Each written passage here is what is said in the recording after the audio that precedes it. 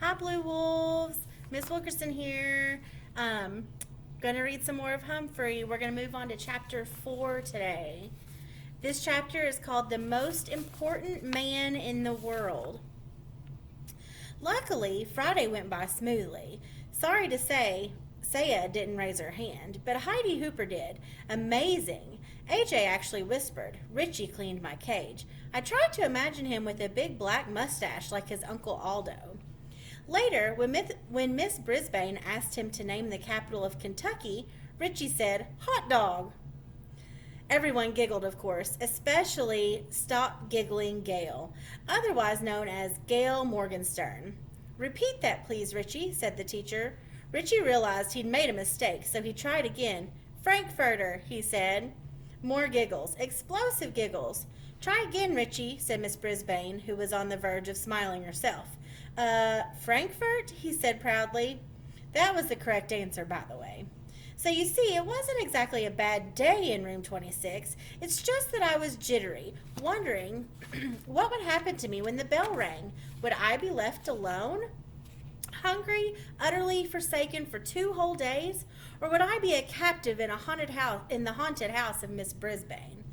At last, the bell rang and the students flew out of the door like a flock of homing pigeons in a movie. Miss Mack showed us. Just then, the room mothers stopped by. One was Heidi Hooper's mom, Hopper's mom, and the other was Art Patel's. That's Pay Attention Art. They came to talk to Miss Brisbane about Halloween, which was less than 2 weeks away. I didn't know what Halloween was, but it sure sounded scary, especially when they talked about bringing bats and witches and even worse, cats, right into the classroom. Shiver, quiver, shake. What could they be thinking? I was about ready to fling open the door of my cage and escape when the door opened and in walked the principal, Mr. Morales. Mr. Morales is the most important person at Longfellow School. He runs the place and everyone respects him. You can tell. For one thing, Mr. Morales always wears a tie. No one else in the whole school wears a tie, except Mr. Morales. For another thing, when Mr. Morales comes into the room, everyone stops what they're doing and waits to see what he has to say. And for a third thing, both Miss Mack and Miss Brisbane sometimes threaten to send a misbehaving student to Mr. Morales' office. As soon as the teacher mentioned the principal's name, the student would start acting very nice. "Good afternoon, ladies," said Mr. Morales. He was wearing a light blue shirt and a tie that had tiny books all over it. Everyone said, "Hello." "Well, how's your first week back, Sue?" he asked. Sue was apparently Miss Brisbane, although I never actually thought of her having a first name before. She said it was great to be back and what a wonderful class it was, which obviously pleased the room mothers. Then Mr. Morales leaned over my cage and smiled. His tie dangled right over my head. "I'll bet you're enjoying this, furry little pupil," he said with a grin. I expected Miss Brisbane to tell him what a troublemaking rodent I was, but instead she forced a smile and said, "Well, yes, he's been quite a bit of extra work." Mr. Morales waved a finger at me. He didn't seem to hear what Miss Brisbane said. "I always wanted one of these fellows," he said, "but my papa wouldn't let me have one. Sure is cute." Miss Brisbane cleared her throat. "Yes, but I'm afraid he's a little distracting. I was going to see if Mr. Kim in room 12 wants him." I was shocked. Luckily, so were the room mothers. "Oh no, the children just love Humphrey," said Miss Patel. "Heidi talks about him all the time, and it's a wonderful way to teach the kids responsibility," Miss Hopper said. "Yes, but it's a little too much responsibility for me," Miss Brisbane sighed.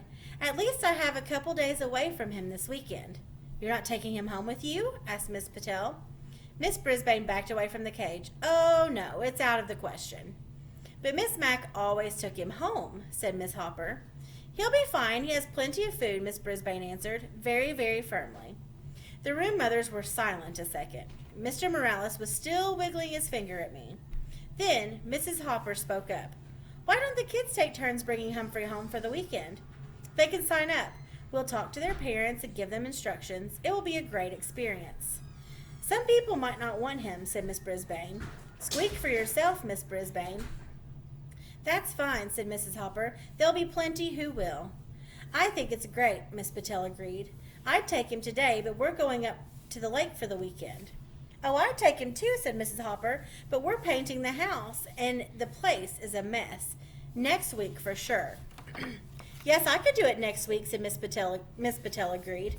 Miss Brisbane smiled a fake smile. So who's going to take him this weekend? The room mothers looked around at one another. I can make a few quick calls. Maybe the Rinaldis, Mrs. Patel suggested. Call, I squeaked. Suddenly, Mr. Morales stood up straight. I have a better idea, he announced. I'll take Humphrey home for the weekend. My kids will love him. Then, starting next week, you can have the students take turns. The three women were almost as surprised as I was. Don't worry, he'll be in good hands, Mr. Morales answered them. Well, I guess I would be. After all, I was going home with the most important person at Longfellow School. As he drove me to his house, Mr. Morales told me how he'd always wanted a hamster when he was a kid. But his dad always said they didn't need another mouth to feed. I argued with him, Humphrey, I said. Papa, I will feed him off my own plate. Then Papa said we'd have to buy the cage and stuff to put it in. I guess he was right, Humphrey. We couldn't afford it. He smiled his big smile, but not anymore. Now I'm the principal of my own school. I told you he was important. His house was nice, but I didn't get to see much of it because as soon as we came in the door, two little whirlwinds tumbled into the room, shrieking and squealing. Quiet down now, you'll frighten the little fellow, Mr. Morales told them. He got that right. He introduced us. The little boy, who was about 5, was named Willie. He kept poking his fingers through the wires of the cage. I was about to bite him. Pure instinct. But then I remembered, this is the son of the most important person at Longfellow School. So I didn't. The little girl, who was about 7, was named Brenda. She kept sticking her face up against the cage and squealing. I tried squeaking back at her, but I don't think she could hear me. Mr. Morales tried to quiet them down. He explained that I was a guest for the weekend and they had to treat me with respect. They didn't listen. A pretty lady rushed through the room, jingling her car keys. I'm late. I have a house to show. She glanced in my direction. We'll talk about that later. Adios. Mr. Morales wished her luck and she was gone. Then he carried me into the den with Willie and Brenda clinging to his legs and yelping. My cage was swinging back and forth so much I was getting airsick, or cage sick. Mr. Morales set my cage on a table in their family room. Now get back and listen to me, he told his children. I'll tell you all about him. Can we take him out? Screamed Willie. Can we put him in my room? Shouted Brenda. Can he sleep with me tonight? We can't do anything until you settle down, Mr. Morales said.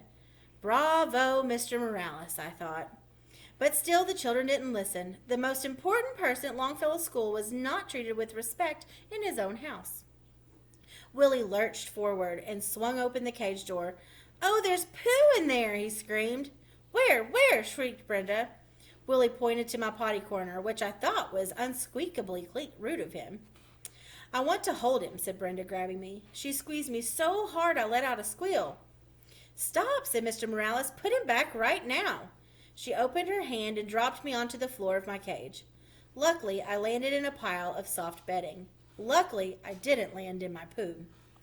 I was a little dizzy, but I heard Mr. Morales send Willie and Brenda into their rooms. I will not allow you to mistreat an animal. Upstairs. Door shut. No playing until I say you can, he said. Suddenly, Mr. Morales didn't look so important. He slumped down in the chair next to my cage and loosened his tie. Now you know my secret, Humphrey. At school, everybody listens to me. At home, nobody listens to me, he said. Mr. Morales looked tired. Above our heads came the sounds of thumping and bumping. It sounded as if the ceiling was about to fall in. They're bouncing on their beds, Humphrey. Not supposed to do that either, he said. He slowly rose and went to the stairway in the hall. Willie, Brenda, stop that now, he yelled. Surprisingly, the thumping and bumping stopped. They listened. I squeaked when the principal sat down again, but the thumping and bumping began again in a minute. I wish I knew what to do, he said. Some way to teach them a lesson. I nodded. A lesson is just what those children needed, and I was just the hamster to teach them. Tip 4. Never ever squeeze, pinch, or crush a hamster.